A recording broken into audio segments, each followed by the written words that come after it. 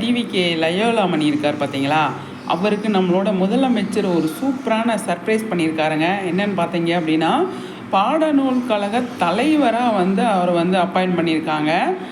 பயங்கர அது பெரிய பொறுப்பு தான். ஏன்னா குழந்தைங்க எல்லாமே படிக்கிறது அவங்க அதாவது 1வதுலேருந்து 12வது வரை அவங்க பொறுப்பு அப்படிங்கிற மாதிரி இருக்குது. அந்த புக்கு இதெல்லாம் ரெடி பண்ணுறதுல அதில் தலைவராக போட்டிருக்காங்க. நிச்சயமாக ஒரு நம்ம சிஎம் கொடுத்த பொறுப்புக்கு நிச்சயமாக அது நிறைவேற்றுற விதமாக நல்ல பேர் எடுப்பாருன்னு தான் எனக்கு தோணுது. ஏன் அப்படின்னா, அவர் பேசுகிற விஷயங்கள் எல்லாமே நிதானமாக சூப்பராக பேசுகிறாரு. அதை தான் அப்படி தான் இருக்கணும் அப்படின்னு நான் நினைக்கிறேன். நிச்சயமாக அவர் மேலே நம்பிக்கை வச்சு இவ்வளோ பெரிய பொறுப்பை நம்ம தலைவர் கொடுத்துருக்குறாரு. அதையும் அவர் கண்டிப்பாக செய்வார்.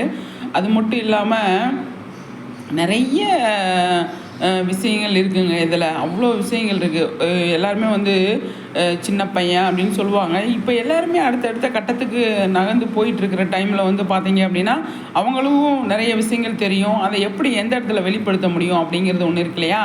அதனால் நம்ம சிஎம் அவரே ஒரு யங்ஸ்டராக இருக்கிறதுனால சூப்பரான விஷயத்தை நம்ம லயோலாமணி கொடுத்துருக்குறாரு. நிச்சயமாக அவர் சிறப்பாக செயல்படுவார் அப்படின்னு சொல்லிட்டு நம்ம நம்பலாம். அவர் நம்மளோட சைட்லேருந்து விசேஷம் சொல்லிக்கலாம். ரொம்ப சந்தோஷமாக இருக்குங்க. நிஜமாகவே சந்தோஷமாக இருக்குது. சரிங்களா?